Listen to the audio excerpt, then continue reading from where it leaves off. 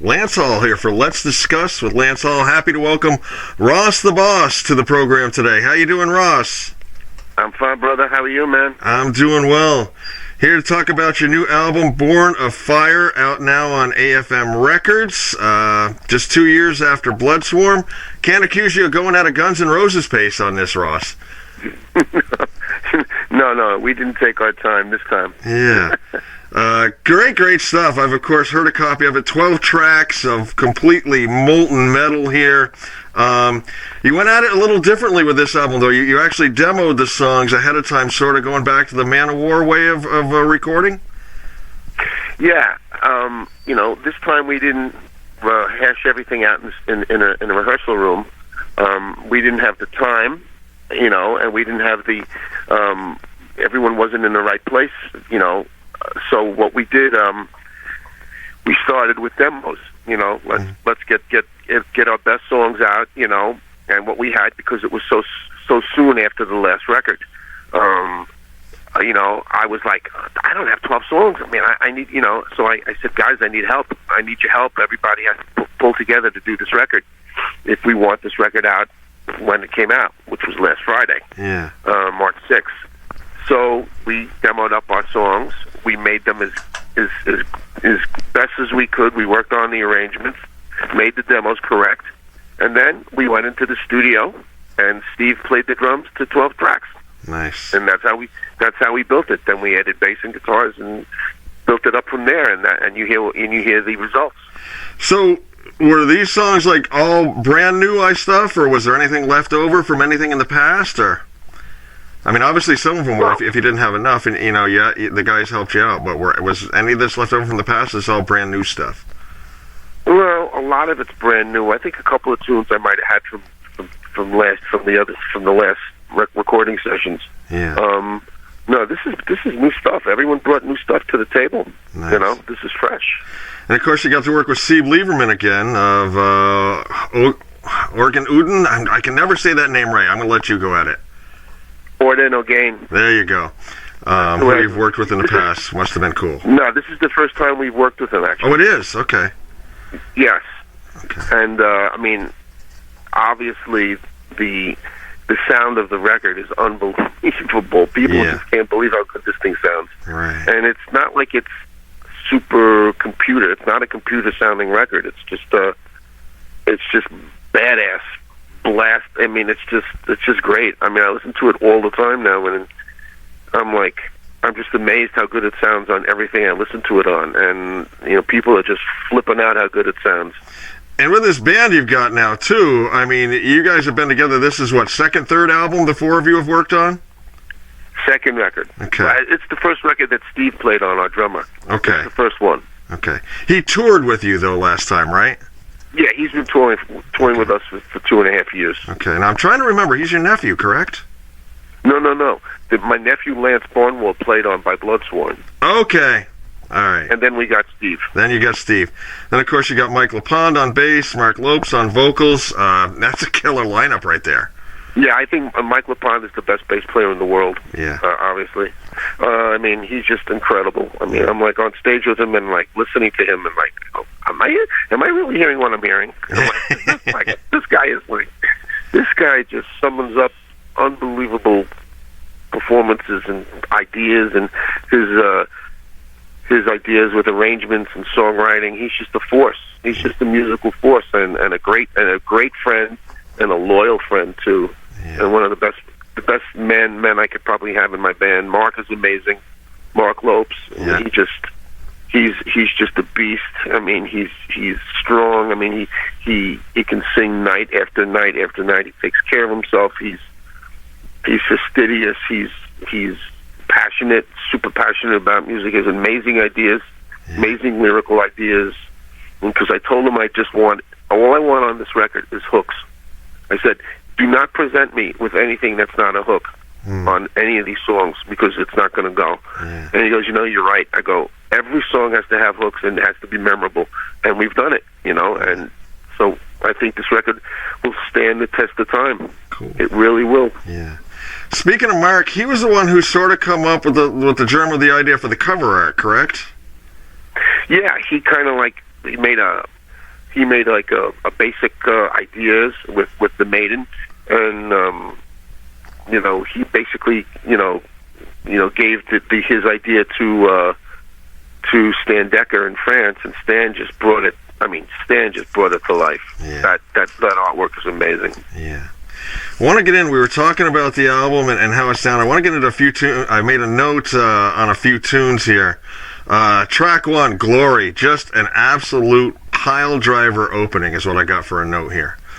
Yeah, it's a good way to start the record, isn't it? Yeah, Glory to the Slain. Tell me a little bit about that one. That's a Mike LePond contribution. He would like to say it's like in the Motorhead vein, kind of just press play and boom, it's like wow, and he's like, it's just it's just an anthem, Glory to the Slain, and it speaks for itself. Yeah. I mean, I just think that the riff is, I love playing that riff. Right. Absolutely. Track 3, Fight the Fight. The word I've got here is vicious. Killer track right there. Yeah, I would say that's going to be a future single. I mean, Fight. I could hear like a whole stadium singing that back at us. Yes. You can imagine the video. Everyone's like, fight. Everyone could relate to that song, and I think that's another Mike LePond contribution. And I think the way the band played it is just amazing. I think the chord progressions are very unusual. I think it's just one of these songs that are it's just incredible. I mean,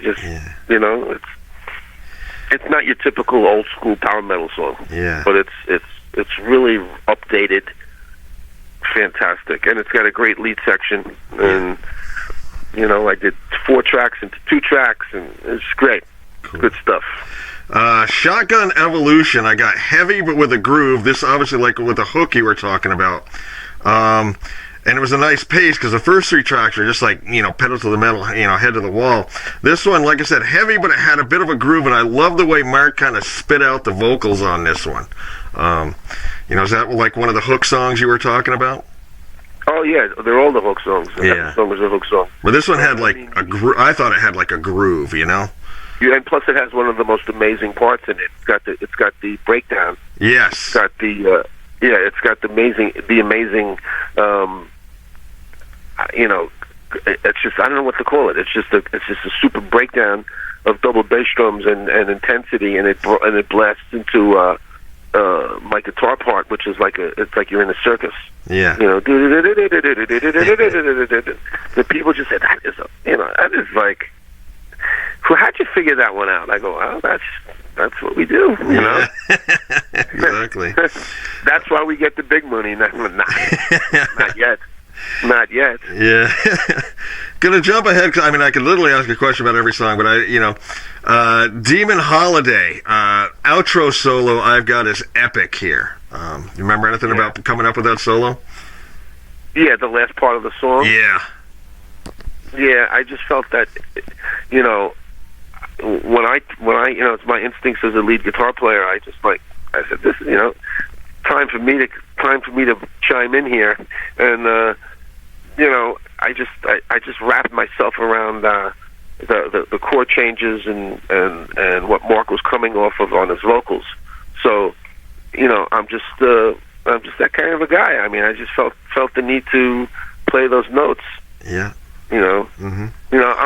I'm a big time pentatonic player, but I veer off course a lot, but I always wrap myself back into it, and that's what I do. Yeah. And I'm blues based. I'm a blues based guitar player. I'm a blues guitar player basically from when I started, and I think that's what has given me that base and fun and foundation to play all my solos.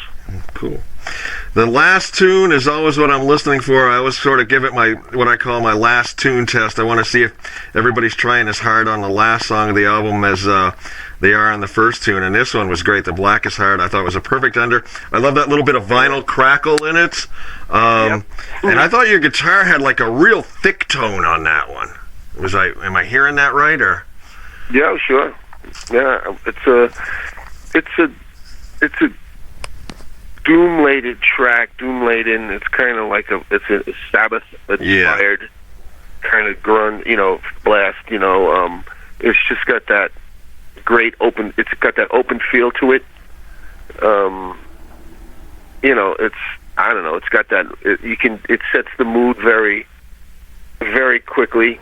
Yeah. Especially when the crackle comes on. It's like, what's coming next? People have been really like, some people like, that's my favorite song. I go, really? After all that, after all those other 11, after that barrage of fucking, but I'm getting great reaction. I'm also getting great reactions to all the songs. Yeah. So, but Blackest Heart is a great way to end it. Definitely. My favorite track was probably Maiden of Shadows. I really liked that one. That was a great track, and I love the video. It's got like a vintage look to it, Right. We shot that at the Chance Theater in Poughkeepsie. Okay. On tour, and we didn't have a lot of time to do it, but we did it, and we also got footage for Born of Fire there. But Maiden of Shadows was another contribution by my Death Dealer guitar player. My other metal band is called Death Dealer, and Stu Marshall, my brother. I said, Stu, do you have any songs? He goes, yeah. And then he sent me like 6 of them, and I picked that one. And I'm so glad I did. Yeah. And so far, it's 1 week out, and we have 120,000 views on YouTube. Yeah. Got to kick ass with that. It's epic. And Michael Romeo did the orchestration. Nice. Symphony X. Hey, you just finished up like a big North American tour. You did the States and Canada. You must have had a killer response to everything. We did. We were doing a lot of the Manowar stuff and Hail to England, but because it was booked 18 months ago. But we started playing like 3 of our new tunes in the set, and we definitely had an amazing reaction. Cool. Amazing. And you're set to go overseas in April, and I mean we're doing this interview the day after the NBA has suspended their season with that coronavirus and everything. So first question I got to ask is the tour in jeopardy, or are you still planning on going forward, or do you even know at this time? Well, we as a band want to tour, but the governments and the airlines and the hall venues, I think it's not going to happen. Honestly, the tour, everything is being canceled right now, and it's totally out of our hands. It's everything is going to be postponed, of course. And what can we do? I mean, people, and it's like, I mean, even if you get there, even if we get to Europe, and we're supposed to tour with Burning Witches, who have a brand new record out, and they're amazing, and so. And even if we get there, I don't think people are coming out to shows. I don't know what the deal is. It's just that the times that we find ourselves in. But that everything is going to pass. Yeah. Everything will come back to normal. Right. Eventually, and we just have to. Especially the hot weather. The hot weather tends to kill these viruses. Yeah. So. Yeah. So right now it's just kind of playing the hand you're dealt and getting ready for the next round. Nothing more we can do. Just what. Buy our record, stay in, do whatever you're going to do. Right. Be safe, keep everything washed, keep everything as clean as possible, and love each other, respect each other, and listen to the music. There you go. Quarantine yourself with a new Ross the Boss album. That's right. Killer That's stuff. right. One thing I want to ask you about, and this sort of ties in slightly with this, not a lot, because back then this wasn't a matter of life and death and getting sick and stuff. But when you first started with the Dictators, and back then you're dealing with handbills and putting up flyers and stuff, and nowadays it's YouTube and Twitter and Facebook. For someone who's seen both sides of this, can you give me a pro and con on each one? Well, back then when I started, my first record was 1975, and the Dictators' Girl Crazy, which is hanging in the Rock and Roll Hall of Fame, by the way, in the punk rock wing. There you go. In a place of honor. But the music business was you're selling records.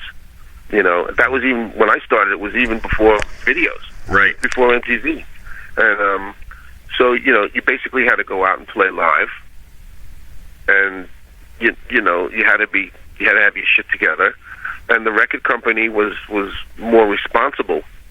You know, when I started, I heard from we signed to CBS. If you sign 100, if you sell 100,000 records, that's a good start. Right. If you expect to sell 100, that's your first record. Now, if you sell 100,000 records, it's like it's just beyond belief. Yeah. You know, back then, you know, bands were selling millions and millions of records. Mm. You know, and they were making money hand over foot in the music industry. Yeah. It's completely different now. Now, once the internet came and destroyed that part of the business, it really did. Mm. And you know, Metallica was right in trying to sue Napster. Yeah. And they were right. But we're faced with what we're faced with. But the internet has helped us make records, helped us work from people from different parts of the country and parts of the world. Yeah. You know, that's the benefit. Yeah. You throw something up on a YouTube or, you know, Instagram post, and it's worldwide instantly, you know? Yeah. Yeah, it's amazing. You know, Yeah. Of course it links your fans, it links our friends and fans all over the world faster. Yeah. But, you know, on the other hand, it's taken away a lot of the, you know, yeah. the mystery out of it, you know. Yes. Every show is on. I mean, the fans, they just hold their cameras up. They're streaming it live. What are you doing? Yeah. Stop. I mean, you know, it's like, you're seeing things. It's not in the best. You're not catching the best light. You're not catching the best sound. And you're not there feeling it as well, you know. You're not there, and these people think that they're like, you know, Fellini, or you know, Yeah. everyone with a camera thinks that they're like, you know, the guy that made Godfather. Yeah. They think they're all like these super producers because they have a camera, Right. and it cheapens it, you know. But listen, everyone's right to do it, you know. And I'm not the type of guy that forbids, like Manowar forbids cameras, that you can't film them, and there's something to be said about that. Yeah. You know. Exactly. But I can't. I'm not going to do that. That's ridiculous. The other question I got to ask you, you know, as a kid growing up in Vermont, you know, I've been to New York City a few times, done the Cursory tour, you know, Times Square and stuff like that. Give me a snapshot of, because, I mean, this just intrigues me so much. I've seen some documentaries and the pictures, of course, and everything. I want to talk to somebody who was there. A snapshot of what a Dictator's gig was like, you know, 75, 76 at CBGBs. Okay, so we started, you know, once CBGBs got really going in 77, 76, was on the Bowery, okay, and back then the Bowery was bums, was drunks, was disgusting, was garbage, was you know, flop houses, and you know, so we'd walk out on the street in CBGBs, and there was the hotel, there was the bums hotel, there was the homeless hotel. It was just, New York was a lot different back then. That part of New York was really seedy. Yeah. Really seedy. You know, Times Square was all sex shops and, you know, blah, blah, blah, blah. Now the city's been totally gentrified. Yeah. Like all the cities have been. You know, now it's all NYU bought everything down there. Right. CBGB's, as a matter of fact, the Dictators, we played 38 shows, 35, I think, 35 or 38 shows in CBGBs. And we were the band that closed it the last weekend. Another honor for you, you know? That's right. A tremendous honor. And I miss it. Yeah. I miss it. You know, our whole scene down there was amazing. Yeah. And it'll never happen again. No, never. Very, very cool. Great conversation with Ross the Boss here for Let's Discuss with Lance All. New album, Born of Fire, out now on AFM Records. 12 tracks, killer stuff. I've heard everything. It's awesome. Great job on everything, Ross. You know, pass on my best to the rest of the guys in the band as well. And good luck going forward. I will. Thank you. And hopefully this whole coronavirus thing is past. It'll be history soon. And we'll all make it through. Absolutely. We can get back to getting on. That's right. All right, Ross. Take care. Thanks for your time. Have a good rest of your day. Okay, brother. Take care. Thank you. Bye-bye.